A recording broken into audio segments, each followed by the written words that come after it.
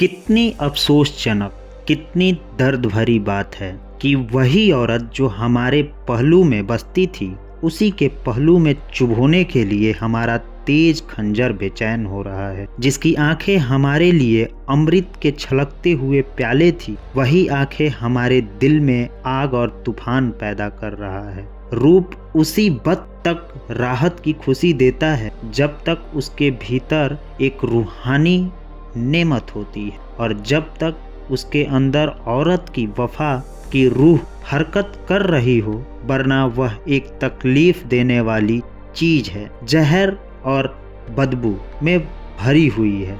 इसी काबिल की वह हमारी निगाहों से दूर रहे और पंजे और नाखून का शिकार बने।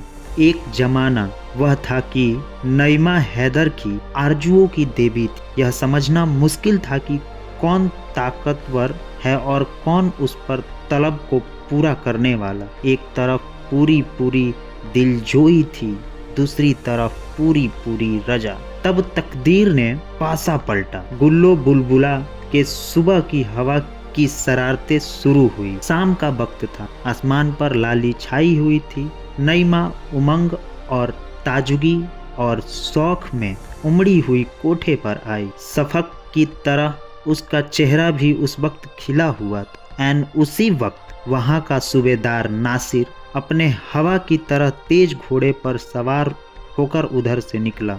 ऊपर निगाह उठी तो हुस्न का करिश्मा नजर आया कि जैसे चांद शफक के हौज से नहाकर निकला है। तेज निगाह जिगर के पार हुई, कलेजा धमकर रह गया। अपने महल को लौटा, अधमरा टूटा हुआ। मुसाहबों ने हकीमों की तलाश की और तब राह रस्म पैदा हुई। फिर इश्क की दुश्वार मंजिलें तय हुई। वफा और हया ने बहुत बेशर्मी दिखा, मगर मोहब्बत के सिकवे और इश्क की प्रूफ तोड़ने वाली धमकियां आखिर जीती। अस्मत का खालना टूट गया।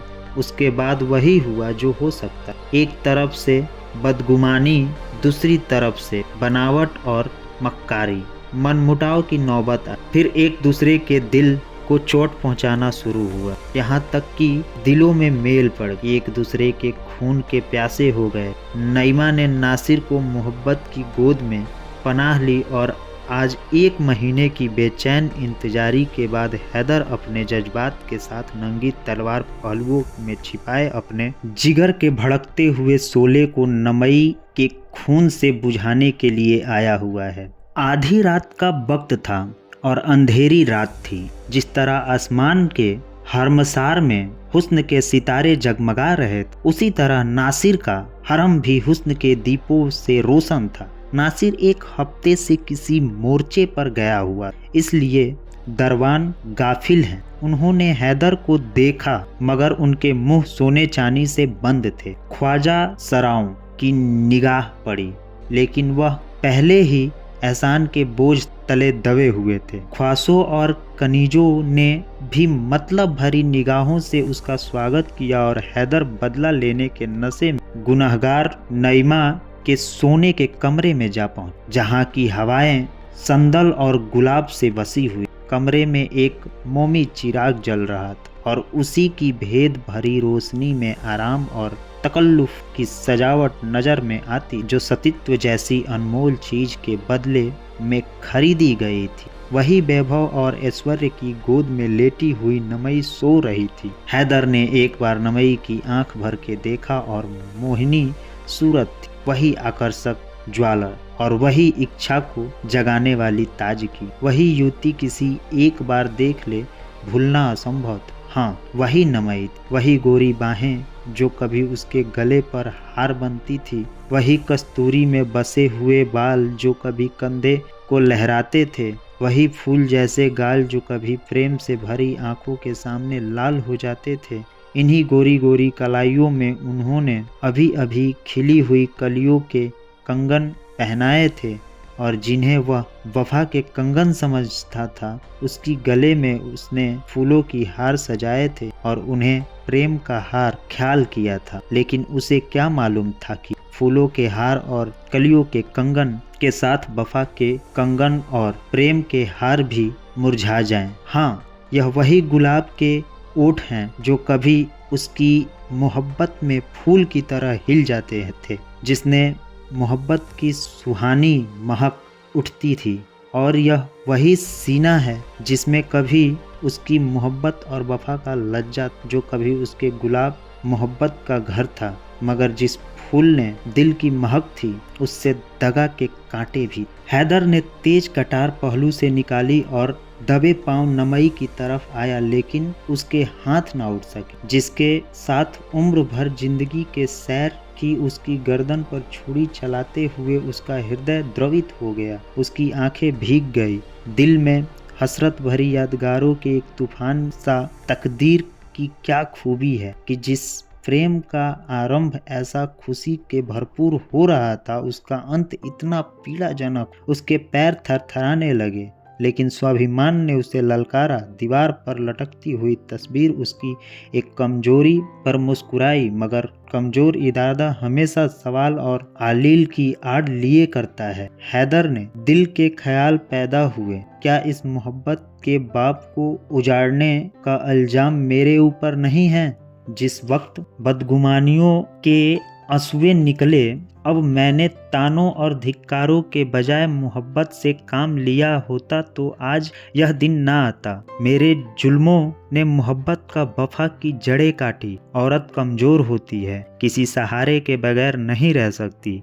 जिस औरत ने मोहब्बत के मजे उठाए हो और उल्फत की नाजवार देखी हो, वह तानों और जिल्लतों की आंच क्या सह सकती है? लेकिन फिर गैरत ने अकसाया कि जैसे वह धुंधला चिराग भी उसकी कमजोरी पर हंसने लगा। स्वाभिमान और तर्क के सवाल जवाब हो रहा था कि अचानक नमई ने करवट बदली और अंगड़ाई ली। हैदर ने फौरन तलवार उठाई। जान के खतरे में आगा पीछा कहाँ, दिल का फैसला कर लिया। तलवार अपना काम करने वाली थी कि नमई की आंखें खुल गई। मौत की कटार सिर पर नजर आई। वह घबराकर उठ बैठी। हैदर को देखा, परिस्थितियां समझ में आ गई। बोली, हैदर। हैदर ने अपनी सेफ गुस्से के पर्दे में छिपाकर कहा, हाँ मैं हूँ हैदर। नमई सिर झुकाकर हसरत भरे ढंग से बोली, तुम्हारे हाथों में यह चमकती हुई तलवार देखकर कलेजा थरथरा रहा है। तुमने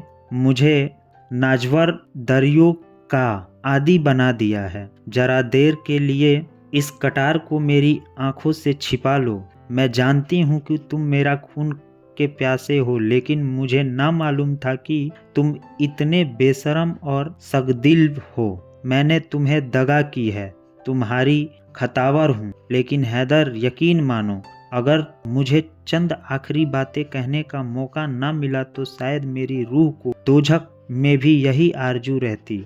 मौत की सजा से पहले अपने घर वालों से आखिरी मुलाकात की इजाज़त होती। क्या तुम मेरे लिए इतनी रियायत के भी रवादार ना थे? माना कि अब तुम मेरे लिए कोई नहीं हो, मगर किसी वक्त तो थे।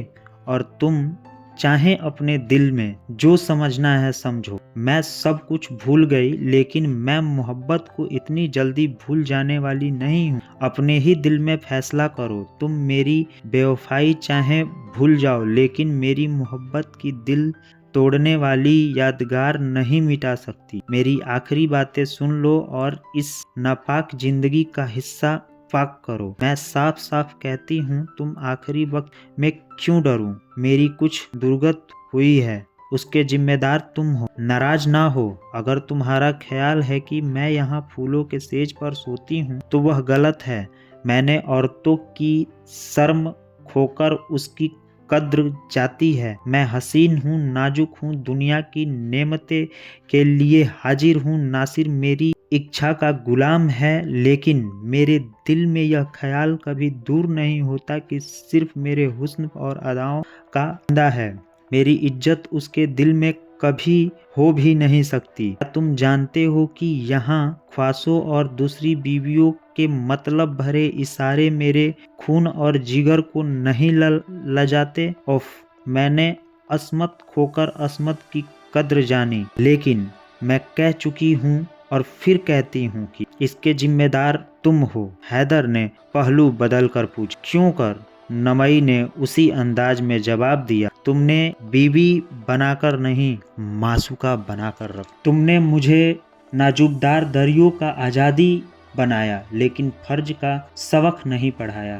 तुम कभी ना अपनी बातों से ना कामों से मुझे अपने ख्याल करने का मौका दिया कि इस मोहब्बत की बुनियाद फर्ज पर है। तुमने मुझे हमेशा हुस्न और मस्तियों के तिलिस्म में फंसाए रखा और मुझे ख्वाहिशों का गुलाम बनाया। किसी किश्ती पर अगर फर्ज का मलाह ना हो तो फिर उसे दरिया में डुबा दिया जाता है और कोई चारा नहीं होता। लेकिन अब बातों से क्या हासिल हो? अब तो तुम्हारी गैरत की कटार मेरे खून की प्यासी है और यह लो मेरे सिर उसके सामने झुका हुआ है। हाँ, मेरी एक आखिरी तमन्ना है, अगर तुम इजाज़त पाऊँ तो कहूँ। यह कहते हुए नमई की आंखों में आंसू की बाढ़ आ गई और हैदर की गैरत की कटार सामने ठहर ना सकी। उदास स्वर में बोला, क्या कहती हो? नमई ने कहा, अच्छा, इजाज़त दी है तो इनकार न करना। मुझे एक बार फिर से अच्छे दिन की यादें ताज़ा कर लेने दो,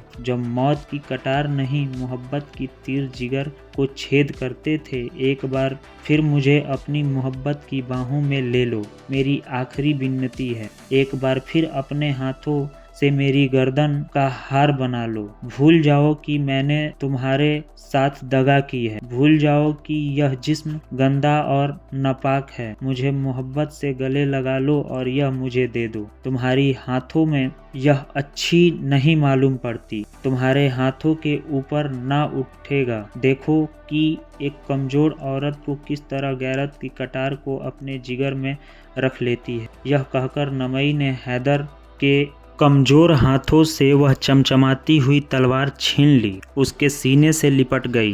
हैदर झिझका, लेकिन वह सिर्फ ऊपरी झिझक थी। अभिमान और प्रतिशोध भावना की दरार टूट गई। दोनों आलिंगन पास के बंध गए और दोनों की आंखें उमड़ आई। नमई के चेहरे पर एक सुहानी प्राणदायिनी मुस्कुराहट दिखाई दी और मतवाली आंखों में खुशी की लालियां झलकने लगी। बोली, आज कैसा मुबारक दिन है कि दिल की सब आरजुएं पूरी होती हैं, लेकिन यह कमबख्त आरजुएं कभी पूरी ना होती। इस सीने से लिपटकर मोहब्बत की शराब के बगैर नहीं रहा जाता। तुमने मुझे इतनी बार प्रेम के प्याले में उतारा है, यह सुहानी और उस प्याले की याद नहीं भूलती। आज एक बार फिर उल्फत की शराब के दौर चलने दो। मोहब्बत की शराब के पहले उल्फत की शराब पिला दो। एक बार फिर मेरे हाथों में प्याले दे दो। मेरी तरफ उन्हीं प्यारी निगाहों से देखो जो कभी आंखों से ना उभरती थी। मैं पी जाऊंगी, मरती हूँ तो खुशी से मरूंगी। नमई ने अगर सतीत्व होकर सतीत्व का मूल्य जाना था तो हैदर ने भी प्रेम खोकर प्रेम का मूल्य जाना था।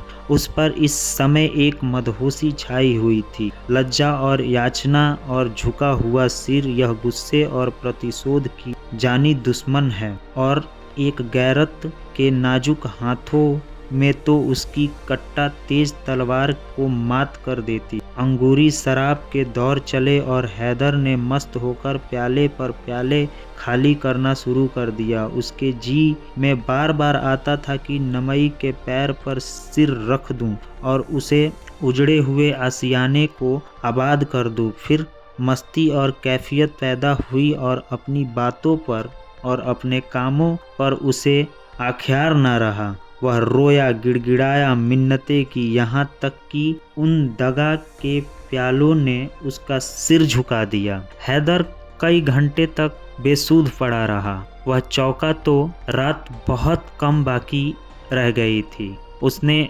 उठना चाहा, लेकिन उसके हाथ पैर रेशम की डोरियों से मजबूत बंधे हुए थे। उसने भौचक्का होकर इधर उधर देखा। नमई उसके सामने वही तेज कटार लिए खड़ी थी। उसके चेहरे पर एक कातिलों जैसी मुस्कुराहट की लाली थी। फर्जी मासूक के खूनीपन और खंजरबाजी के तराजे वह बहुत बार गा चुका था, मगर इस वक्त उसे इस नज़ारे से शायराना लुत्फ़ उठाने की जीवट ना था। जान का खतरा नशे के लिए तुलसी से ज़्यादा कातिल है। घबराकर बोला, नमई। नमई ने लहजे में कहा, हाँ मैं नमई। हैदर गुस्से में बोला, क्या फिर दगा का वार किया? नमई ने जवाब दिया, जब वह मर्द जिसे खुदा की बहादुरी और कुव्वत का हौसला दिया है दगा का वार करता है तो उसे मुझसे यह सवाल करने का कोई हक नहीं। दगा और फरेब औरतों के हथियार हैं, क्योंकि औरतें कमजोर होती हैं, लेकिन तुमको मालूम हो गया कि औरतों के नाजुक हाथों में भी हथियार कैसे काट करते हैं। यह देखो, यह आबदार शमशीर है जिसे तुम गैरत की कतार कहते हो। अब वह गैरत की कटार मेरे जिगर में नहीं तुम्हारे जिगर में चुभेगी। हैदर इंसान थोड़ा खोकर बहुत सिसकता है।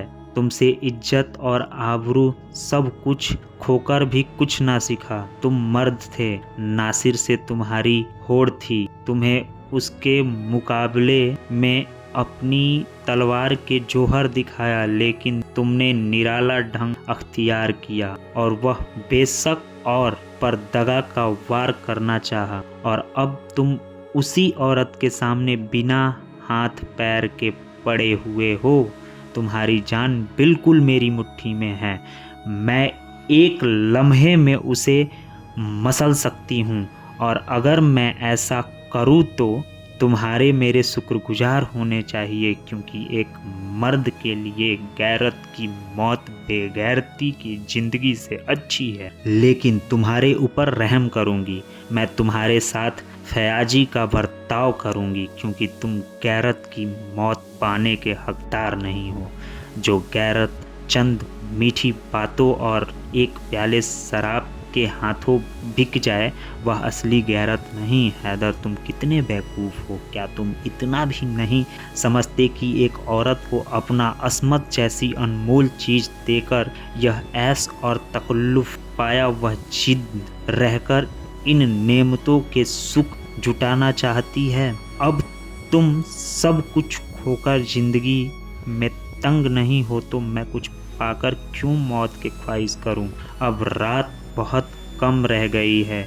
यहाँ से जान लेकर भागो, वरना तुम्हारी सिफारिश भी तुम्हें नासिर के गुस्से की आग से रन बचा सकेगी। तुम्हारी यह गैरत की कटार मेरे कंधे में रहेगी और तुम्हें याद दिलाती रहेगी तुमने इज्जत के साथ गैरत भी खो दी। इसीलिए कहा जाता है कि इस प्यार सब कुछ जायज, लेकिन इज्जत करना भी जायज है। अपने इज्जत के चक्कर में आकर इस तरह की हरकतें की जाएं तो ये जिंदगी कब आपके लिए ही भारी हो जाएगी, आप इस चीज़ को नहीं। और इस कहानी से हमें ये भी शिक्षा मिलती है कि भरोसा ना करे जनाब भरोसा ना करे साहब किसी पे, अपने उद्देश्य पर अडिग रहें। बाकी आप इस कहानी से क्या समझते हैं, अपनी राय कमेंट बॉक्स में दीजिएगा और साहित्य दीप चैनल को अपना प्यार दीजिएगा।